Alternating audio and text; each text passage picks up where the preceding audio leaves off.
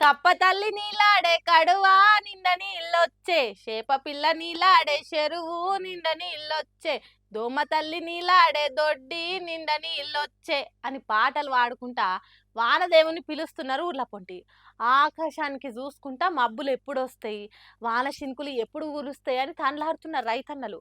అందుకే కప్పతల్లి ఆటలాడుతున్నారు వానల కోసము.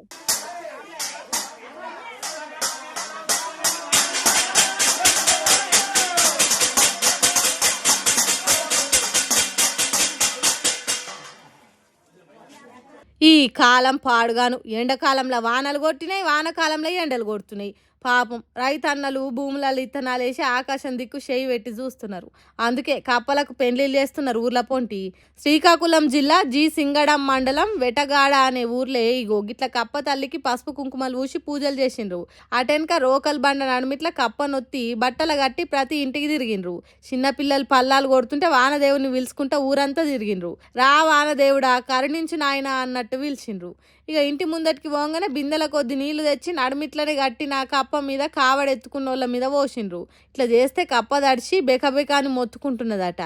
ఆ అరుపులు వానదేవునికి వినిపించి నల్లని మబ్బులు వేసుకొని వచ్చి కుండపోత వాన కురుస్తాడట. మరి దీంట్లో ఎంత శాస్త్రం ఉన్నది, సాంప్రదాయం ఎంత ఉన్నది అనేది మనకు తెలియదు. కానీ వానలు కురవకుంటే తరతరాలు ఇట్లా చేస్తున్నారు ఊర్ల పొంటి. అసలు లెక్కకైతే తెలంగాణలో పల్లె పల్లెలో ఈ కప్పతల ఆటలు ఆడతారు. కానీ ఆంధ్రాలో ఉన్న శ్రీకాకుళం జిల్లాలో ఆడుడే పరిశాన్ ఉన్నది. కరువు పోవాలన్నా రైతుల బరువు తీరాలన్నా కప్పతల్లి ఆటే దిక్కవుతుందట పంట చేనులకు. ఇట్లా చేస్తే సకాలంలో సరిపోను వానలు గురిచి చెరువులు కుంటలు నిండి దండి పంటలు వండుతాయట. ఈ వానలు ఇట్లనే పంటలను ఎండబెడితే తెలంగాణలో కూడా కప్పతల్లి ఆటలు చురువైతే కావచ్చు. కానీ అట్లా కాకుండా కప్పతల్లి ఆటలు ఆడకుండానే వానలు గురిచి మంచి పంటలు వండాలని కోరుకుందాం. ఏమంటారు?